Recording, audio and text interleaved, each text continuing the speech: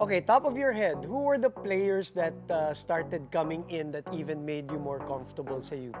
Well, sila, dumating na sila Janjan, si Pio, si June, si Ago, nandun na si Ago. So, kami, naging pamilya din kami dun sa dorm namin. Kumbaga, sama-sama talaga.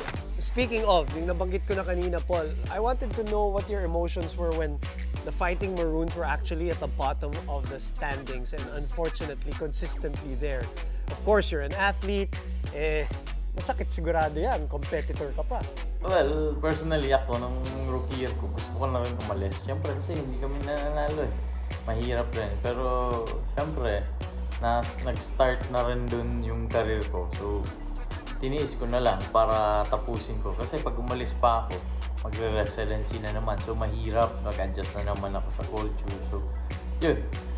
Talagang tiniis ko lang yung situation.